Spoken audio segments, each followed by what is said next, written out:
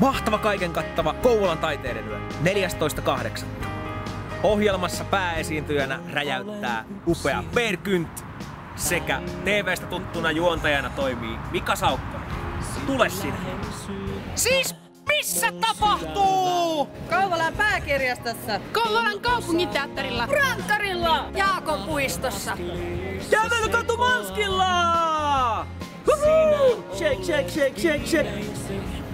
Voimateatterilla! Kouvolan alalla. Museokorttelissa. Ympäri Kouvolaa.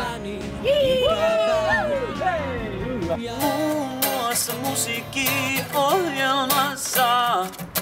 Muun muassa musiikkino.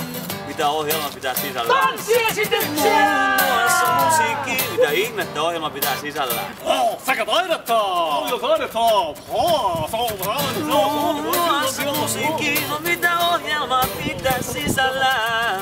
Muun muassa musiikki. Mitä ohjelma pitää sisällään? Tervetuloa Kouvolaan!